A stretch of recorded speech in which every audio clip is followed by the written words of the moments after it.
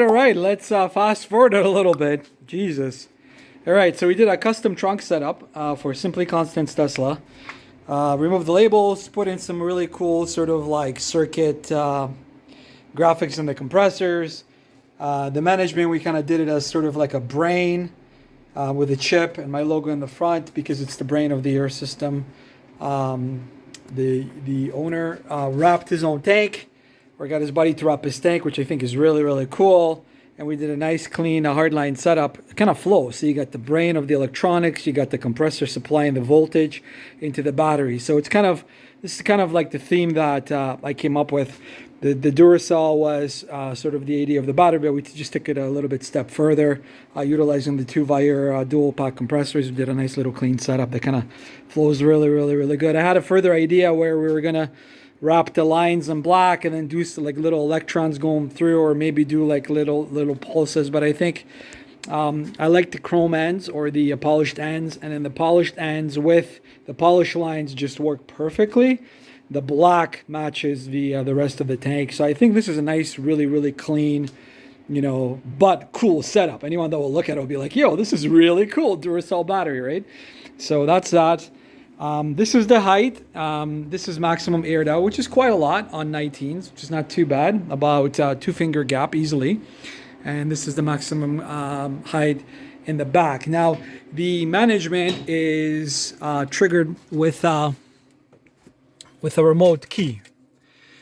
You can buy these on Amazon for like 20 bucks. And the reason why I did it with like a remote key is because, as we've mentioned, these cars have an ACC source that's located under here with a blue cable.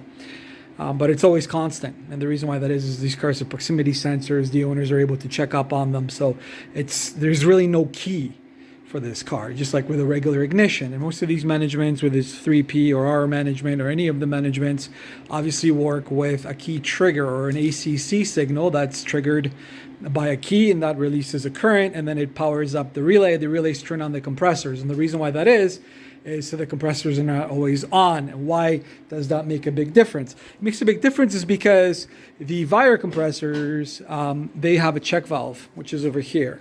And the check valve prevents any kind of backflow of air. And we all know that they leak through the heads. This is not an airtight setup. They're okay. They have the O-rings inside there, but they do leak a little bit from the inside. So Vire engineers came up with the idea of the check valve one way. So when it pushes the air, fills up the tank. The whole idea of the check valve is to keep the tank inside, you know, the air inside the tank. So when you are, you know, in the morning, after the night or whatever, when you let the car sit for a while, you want to make sure that you have proper air reserve without any leaks.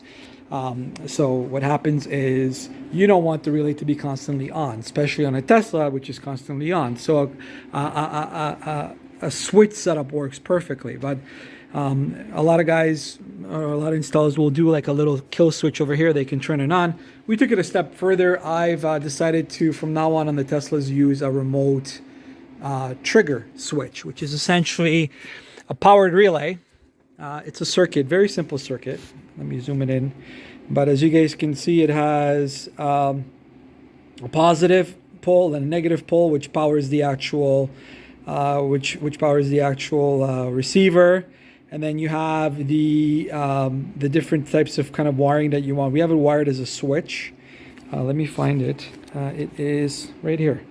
Kind of similar to the door lock switch because we're activating the ACC. So you have DC power, positive, negative from the battery. And then you have the actual load. In our case, the load is the ACC signal, which basically is the circuit is completed and it's getting the ACC supply into the actual manifold once the switch is triggered. And then has like a learn button because these sort of kits, you can buy them on Amazon. They're like 20 bucks. These kits allow you to do various configuration. You can have it latched, which means as you're holding the button, it triggers it. Ours is set up for number 2, which is basically turn on and off. And then 3 is there's on with a certain delay, time delays. So these are programmable, but for now ours is only working as a switch. So that's a cool little innovation there. And if I want to turn it off, you know, I simply trigger the remote. Let me show you guys. And then when I trigger the remote, it shuts off the circuit and turns off the management. Bang, just as simple as that. Probably always a good idea not to turn it on and off, is because a lot of these management electronic devices have capacitors, and sometimes the capacitors take about 5 to 10 seconds for them to completely drain, so you don't want to turn it on and off.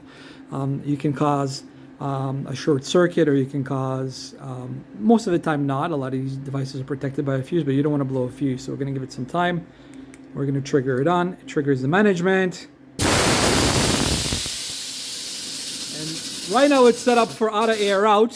I believe, no, the preset is 32, which is way too low. So auto air up. So what we're going to do is we're going to air it up, obviously. I just didn't set up the presets yet because I literally installed it.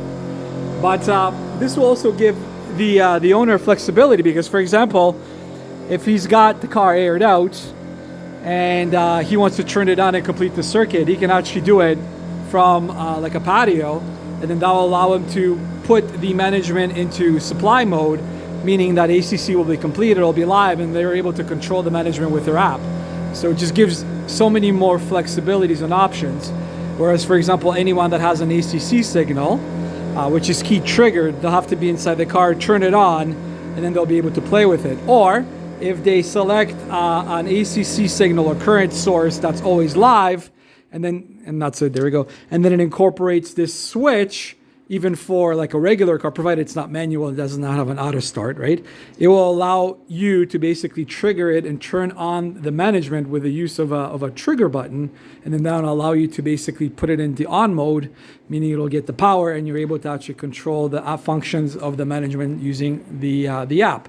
You could either use Android or you could use the Apple app. So that's kind of a neat thing there. You can also set up the management to have auto air out. So literally when you close it, it'll sense the key being off, and then it'll literally air out the car. So there's wiring one of these little suckers gives so much more flexibility basically to the control of your management. You just have to be cognizant of the fact that now it's controlled. This is pretty much your key, for the car. But moving along, that's pretty much it. Tomorrow I'm going to take it for a rip. We're going to set the presets.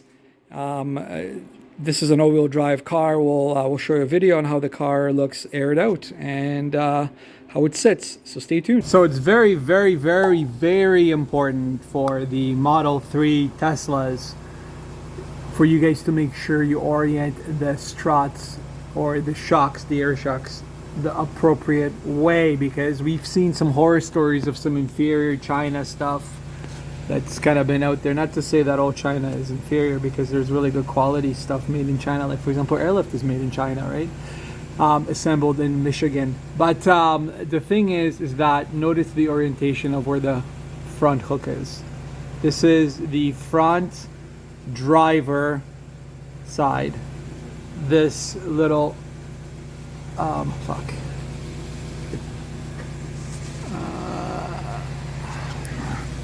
the angle has to face of both of the front lower mounts has to face towards the back of the car, because the way it's designed, it's to make sure that it doesn't implicate this.